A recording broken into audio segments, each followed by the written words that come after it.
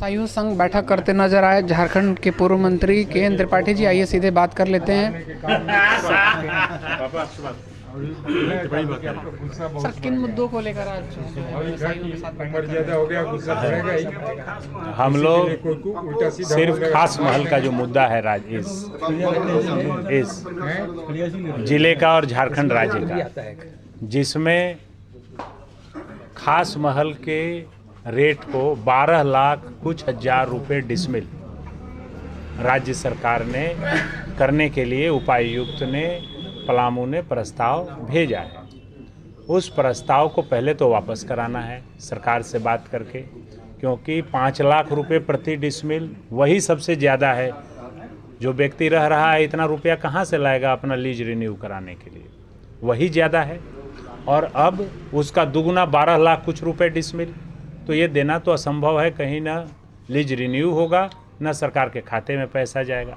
तो पहले तो ये स्थगित हो जाए कि जो दुगना हुआ है ये स्थगित हो जाए, और इसके बाद हम लोग माननीय मुख्यमंत्री जी से बात करेंगे कि मालिकाना हक कैसे दिया जा सकता है। क्योंकि जो 30 साल जो व्यक्ति अपने घर में पैसा दे करके ज़मीन खरीदने के बराबर पैसा दे के रहेगा, और जो घर उसका 100 साल पहले से चला आ रहा है, 100 साल से अधिक से, और फिर 30 साल के बाद फिर ज़मीन और घर खरीदे और फिर सरकार को दे, फिर ज़मीन और घर खरीदे सरकार को दे, तो एक घर और ज़मीन सरकार से कितना बार खरीदे? हर 30 साल पर खरीदेगा।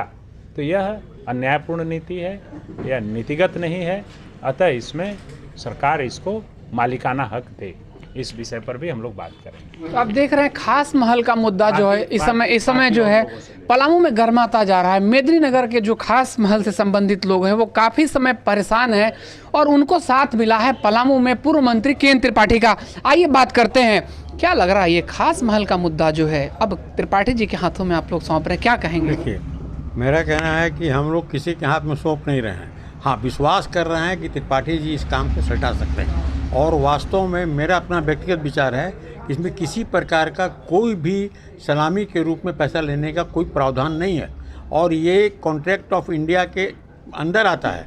इसलिए कोई अधिकार नहीं है किसी भी सरकार को कि इसमें नया नया सिस्टम डेवलप करे और कभी कोई बना दे कभी कोई कानून बना दे।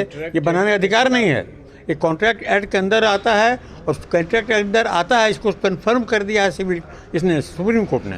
तो उसके बाद इस तरह की एनर्जी लगाने की ज़रूरत पड़ रही है। ये दुर्भाग्य है व्यवस्था का, मेरा अपना विचार यही है।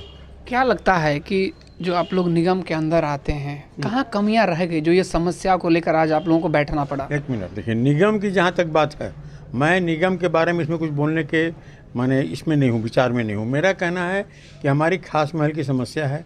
खास महल की समस्या पूरे निगम के लिए नहीं है, सिर्फ एक लिमिटेड जगह के लिए है। तो खास महल आज जहाँ तक आपको इसका निगम का सवाल है, निगम तो चैनपुर से भी आगे तक चला गया है, इधर आपको सिंगरा तक चला गया है, बहरवा तक चला गया है।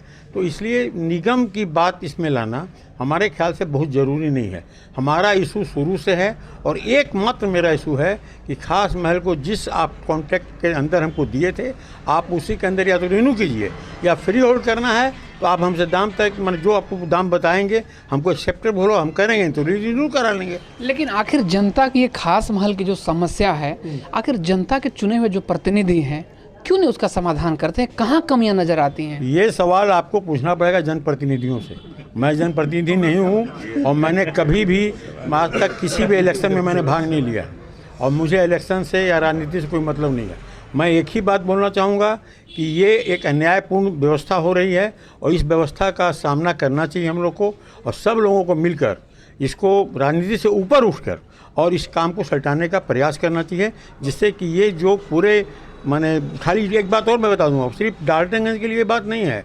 ये व्यवस्था डाल्टनगंज के अलावा झारखंड में कम से कम 12-13 जिलों में है, और सब जिला का पेंडिंग पड़ा हुआ है। बीच बीच में लोग बोल देता है कि साहेबगंज का सलट गया, नहीं सलटा है। मेरी साहेबगंज बात हुई, कोई काम नहीं सलटा है, और सब जगह लोग इसी तरह से परेशान हैं। और अगर ये सिर्फ 1280 आदमी की बात नहीं है, 1800 आदमी की, ये आदमी पूरे झारखंड में कम से कम मेरे ख्याल से 20,000 से ऊपर 50,000 आदमी होंगे इसमें इनरोल, और लोग परेशान हैं लोग, लेकिन इस पर ध्यान नहीं दिया जा रहा है। निश्चित रूप से गवर्नमेंट को इस पर ध्यान देना चाहिए, और एक अच्छी व्यवस्था देनी चाहिए कि लोगों में गवर्नमेंट के प्रति गवर्नमेंट के कमिटमेंट के प्रति विश्वास हो। ये कमिटमेंट जो उनका था वो कमिटमेंट ब्रेक हो रहा है। इसके लिए मैं सारी माने जो भी सरकार आएगी, चाहे वो बीजेपी की हो या झामुमो की हो या कांग्रेस की हो, उनका ड्यूटी है कि वो जो कमिटमेंट करते हैं उस कमिटमेंट को पूरा करें। मेरा अपना विचार है। लेकिन मेरा ये मानना है, आपकी बातों से मैं सहमत हूँ, लेकिन स्थानीय जनप्रतिनिधि जो होते हैं उसका इन्वॉल्वमेंट होना, चूँकि इसकी लड़ाई होनी चाहिए। जो ये समस्या है जनता की, एक आम व्यक्ति की तो है नहीं, ये काफ़ी लोगों की समस्या है और ये काफ़ी दिनों से ये मामला चला आ रहा है। तो कहीं ना कहीं जनता के साथ साथ जनता के चुने हुए प्रतिनिधियों को भी इसमें एक लड़ाई लड़नी चाहिए। क्या आप मानते हैं?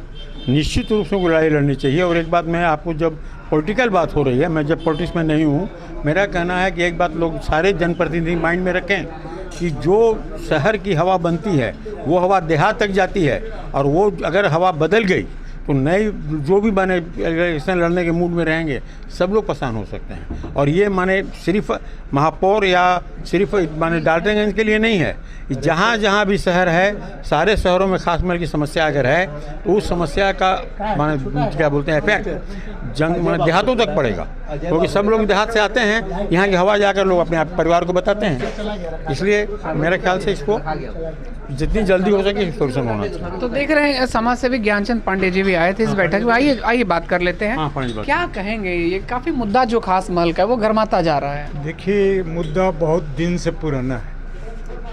मैं बताता हूँ, इसके बारे में लंबी कहानी है कि 1955 ईस्वी में ज़मींदारी एबोल्यूशन एक्ट पास किया। सारी ज़मीन ज़मींदारों की ले गई। एक खास महल का ज़मीन है सो अंग्रेज़ों के ज़मींदारी में थी। इसमें भी नियम ख़त्म कर देना चाहिए था कि खास महल जो विलेज ज़मींदारी में थे वो सबका सेटलमेंट हो गया, सब जगह जोताई कोड़ाई बुआई हो रहा है, वो आम पब्लिक उसमें काम कर रहे हैं। लेकिन शहरी ज़मीन में खास महल से ज़मीन जो आया, जो हमारे पूर्वजों ने ज़मीन सरेंडर कर दिया था, आपने पढ़ा होगा इतिहास में कि 1930 ईस्वी में वर्ल्ड वाइड डिप्रेसेशन हुआ था। उस समय ज़मीन का रेंट ब्रिटिश गवर्नमेंट ने कम कर दिया था। उसके बावजूद भी हमारे पूर्वज ज़मीन का रेंट नहीं दे पा रहे थे। वैसी स्थिति में ज़मीन को सरेंडर कर दिया।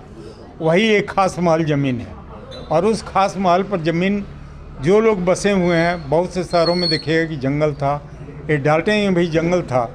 आज भी अगर नज़र उठा के आप देखेंगे तो पता चलेगा ये वज्राबाद के नाम से था। डाल्टन साहब ने इस शहर को बसाया। जैसा कि मैंने अपने पूर्वजों से कहानी सुनी है, तो साहब सबको बुला करके ज़मीन दिया और उसको सेटलमेंट किया। वही ज़मीन आज रईती न हो करके आज वो ज़मीन जो है सो खास महल की।